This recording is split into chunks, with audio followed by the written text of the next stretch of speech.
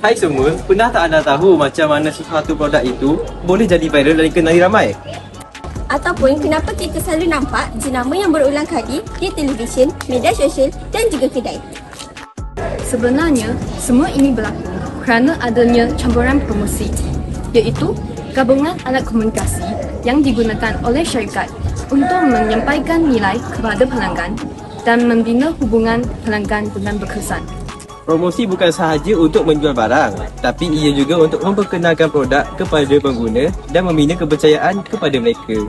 Serta kaedah dalam campuran promosi memainkan peranan penting untuk menarik perhatian pengguna serta mempengaruhi keputusan pembelian. Apabila kaedah ini dibangunkan secara bijak dalam campuran promosi, ia dapat meningkatkan jualan dan mengukuhkan kedudukan syarikat. Sebelum itu, izinkan kami memperkenalkan diri dahulu. Saya Amir. Saya Aiza. Dan saya Siu Hui. Jadi, pada hari ini, kami akan berkongsi tentang 6 komponen utama dalam campuran promosi. Kami juga akan terangkan bagaimana setiap kaedah ini digunakan dalam situasi sebenar. Jom kita lihat satu persatu. Kaedah pertama ialah periklanan. Pengiklanan merupakan cara menyampaikan maklumat sesuatu barang dan perkhidmatan oleh penjual kepada pengguna melalui pelbagai jenis media seperti radio, TV, internet, surat khabar dan papan iklan. Ia adalah sebarang bentuk penyampaian dan promosi berbayar bagi idea, barang atau perkhidmatan yang dibuat secara bukan peribadi. Contohnya, iklan berbayar oleh syarikat Milo, minum Milo anda jadi sihat dan kuat, yang sering ditayangkan di TV3, YouTube dan papan iklan. Seterusnya ialah promosi jualan. Promosi jualan adalah satu cara penyampaian maklumat tentang barang dan perkhidmatan melalui teknik-teknik jualan dalam jangka masa pendek. Ianya adalah segala usaha galakkan jualan yang digunakan oleh firma untuk meningkatkan hasil jualan serta membantu meluaskan pasaran yang sedia ada. Contohnya, Shopee mengadakan flash sale 12.12 dengan harga runtuh untuk masa yang terhaid. Kaedah seterusnya ialah publicity. Publicity merupakan cara menyampaikan maklumat sesuatu barang dan perkhidmatan dari pengeluar kepada pengguna melalui sebaran media komunikasi.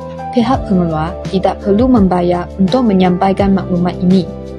Contohnya, pengarah Maidin, Datuk Amir Ali, sering muncul di media sosial dan TV berkongsi pandangan tentang ekonomi. Media suka temu bual beliau. Ini memberi publicity positif untuk jenama Maidin. Selain itu, terdapat juga perhubungan awam. Perhubungan awam ialah salah satu cara yang diambil oleh perniagaan untuk menjalinkan hubungan yang baik dengan masyarakat umum.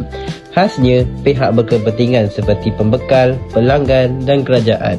Cara yang biasa digunakan adalah seperti mengeluarkan buletin, mewujudkan laman sesawang atau melantik pegawai perhubungan awam. Contohnya, Kuku Electronics mempromosikan jenamanya dengan melantik penyanyi dan peracara TV Korea Selatan, Lee Seung-gi, sebagai duta jenama global. Selain itu, Telekom Malaysia membuat komponen Stay Home Stay Connect semasa pandemik dan menjana acara komuniti.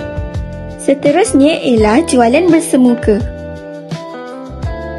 Jualan bersemuka adalah satu cara menyampaikan maklumat barangan dan perkhidmatan melalui interaksi secara langsung antara jurujual dan pelanggan.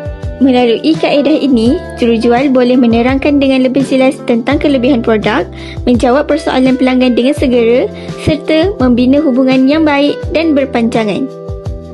Contohnya, wakil jualan dari syarikat produk kesihatan atau kewangan yang membuat tunjuk cara secara bersemuka kepada pengguna melalui penerangan yang jelas dan beretika. Akhir sekali ialah pemasaran digital. Syarikat menggunakan alat pemasaran digital seperti laman web, video dalam talian dan platform digital lain untuk berinteraksi secara langsung dengan pengguna. Kaedah ini membolehkan pelanggan mendapatkan maklumat dan membuat pembelian di mana-mana sahaja melalui teknologi dan informasi. Pemasaran digital membantu memperkukuhkan kewujudan digital sesebuah syarikat dan semakin penting dalam dunia perniagaan masa kini. Jadi sekarang, anda dah tahu bagaimana ke-6 komponen campuran pemasaran digunakan dalam perniagaan. Setiap kaedah mempunyai peranan dan kelebihan tersendiri dalam menarik perhatian pengguna serta membina hubungan dengan pelanggan. Apabila semua kaedah ini dibangunkan secara bijak dalam campuran promosi, ia dapat meningkatkan jualan dan mengukuhkan kedudukan sesebuah syarikat. Kesimpulannya, promosi amat penting dalam mempengaruhi kejayaan sebuah perniagaan. Kami berharap dengan perkongsian ini anda semua dapat memahami topik ini dengan lebih jelas. Terima kasih kerana menonton video kami. Jumpa lagi dalam perkongsian seterusnya. Bye! Jom lihat contoh video campuran promosi yang dikongsikan oleh seorang usahawan berjaya, Irfan Khairi. Kalau bisnes anda sendu, jangan risau. Gunakan 3 tips ini untuk naikkan jualan anda hari ini.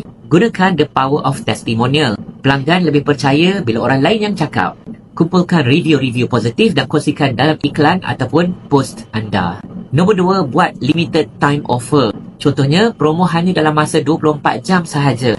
Atau, promo sempena minggu ini.